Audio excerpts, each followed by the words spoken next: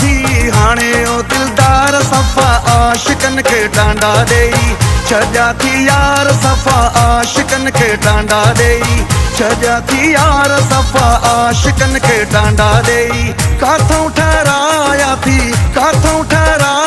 थी अहिड़ा सोहणा वार सफ़ा आशिकन के टांडा देई छॾिया थी यार सफ़ा आशिकन के टांडा देई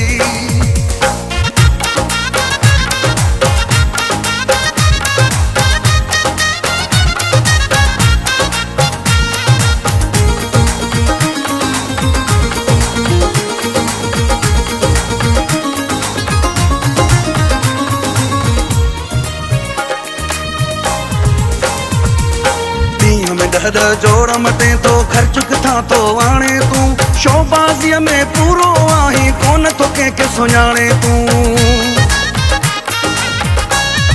हो ॾींहं में दह जोड़ मटे तो ख़र्च किथां तो आणे तूं शोबाज़ीअ में पूरो आहीं कोन तो कंहिंखे सुञाणे तूं इहो सॼो तूं पाण खे सोना सिंगारण में पूरो गाढ़ा पीला मिठड़ा थी ॼण अंबन जी फार सफ़ा आशिकन के टांडा देई अहिड़ा सोहणा वार सफ़ा आशिकन के टांडा देई छॾिया थी यार सफ़ा आशिकन के टांडा देई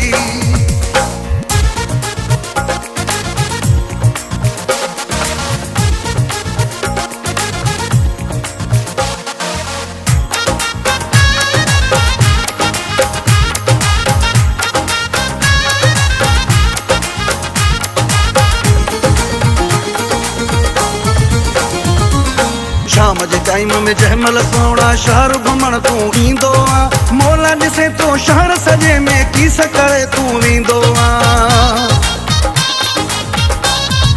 हो शाम जे टाइम में जंहिंमहिल सोहणा शहर घुमण तूं ईंदो आ मौला ॾिसे तो शहर सॼे में कीस करे तूं वेंदो आ हर को ॾिसी तोखे सोहणा थधड़ा साह भरींदो आ माणन सा मारे छॾिया कई कंधार सफ़ा आशिकन के टांडा देई अहिड़ा सोहणा वार सफ़ा आशिकन के टांडा देई छॾिया थी यार सफ़ा आशिकन के टांडा देई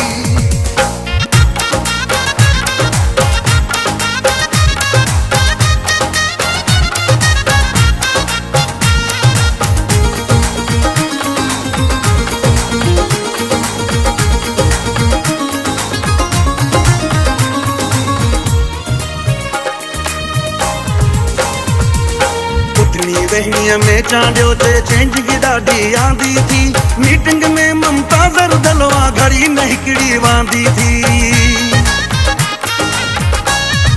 हो पुतनी वहणीअ में चांडियो ते चेंजिंग ॾाढी आंदी थी मीटिंग में मुमताज़र दलवा घड़ी न हिकिड़ी वांदी थी थोरो टाइम असांजे लाइ वॾा माण्हू कढंदो कर जो असां भी हो तुझा जानी पक्का परस्तार सफ़ा आशिकन के टांडा देई अहिड़ा सोहणा वार सफ़ा आशिकन के टांडा देई छॾिया थी यार सफ़ा आशिकन के टांडा देई रंगू कढियो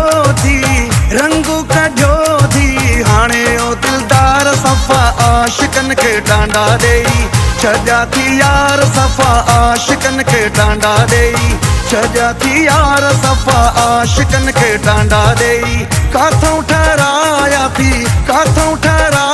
थी अहिड़ा सोहणा वार सफ़ा आशिकन के टांडा देई छॾिया थी यार सफ़ा आशिकन के टांडा देई